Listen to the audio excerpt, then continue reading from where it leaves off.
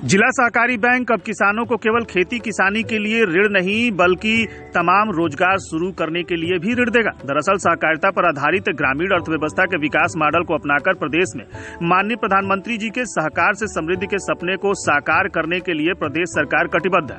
माननीय मुख्यमंत्री योगी आदित्यनाथ के आत्मनिर्भर उत्तर प्रदेश के संकल्प को पूर्ण करने में सहकारिता आंदोलन की महत्वपूर्ण भूमिका है।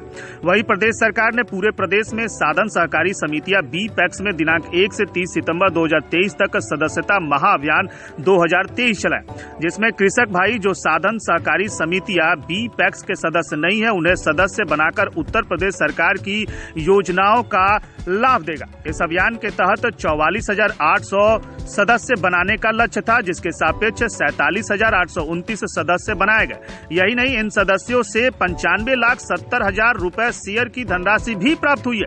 सरकार के इस अभियान को लेकर जिला सहकारी बैंक के प्रबंधक सुनील कुमार श्रीवास्तव ने बताया कि शासन के निर्देश पर बनाए गए सदस्यों को सहकारी समितियों के माध्यम से खाद बीज की आपूर्ति, धान गेहूं की खरीद एवं ऋण की सुविधा उपलब्ध कराई जाएगी। बताया अब समितियों को बहुउद्देशीय कृषि ग्रामीण सहकारी समिति बना दिया गया, जिसका उद्देश्य विभिन्न प्रकार का बिजनेस भी समितियां कर सकती हैं।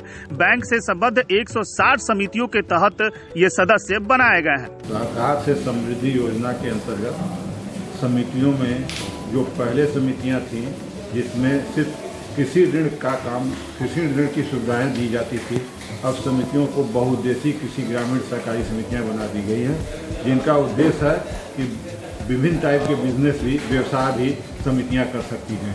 उसके तहत बी पैक्स सदस्यता महाअभियान 1 सितंबर 2023 से लेकर 30 सितंबर 2023 तक चलाया गया था, जिसमें जनपद के 160 समितियां जो बैंक से संबद्ध हैं, उन समितियों में इस योजना के तहत 44,800 लक्ष्य सदस्य बनाने का लक्ष्य सरकार द्वारा दिया गया था। इस योजना का सफल क्रियान्वयन करते हुए 47,829 सदस्य बना दिए गए हैं, जिसके तहत इनको करीब बैंक में 95 लाख रुपया जमा हुआ है। जब उसका उद्देश्य है कि इन सदस्यों को समितियों के माध्यम से खाद बीज की सुविधा उपलब्ध कराई जाएगी। उसके साथ साथ किसानों का धान और गेहूं को खरीद की भी व्यवस्था की गई है। अब इसे बहुउद्देशीय बना दिया गया है, जैसे वो कृषि के अतिरिक्त वो काम कर सकती है, कृषि उत्पादन के स्टोरेज का काम कर सकती है। उसके अलावा जो कॉमन सर्विस सेंटर के संबंध में जो योजनाएं सरकार की हैं, उनको जैसे रेल टिकट बुक करना, योजनाओं को उसमें शामिल किया गया है।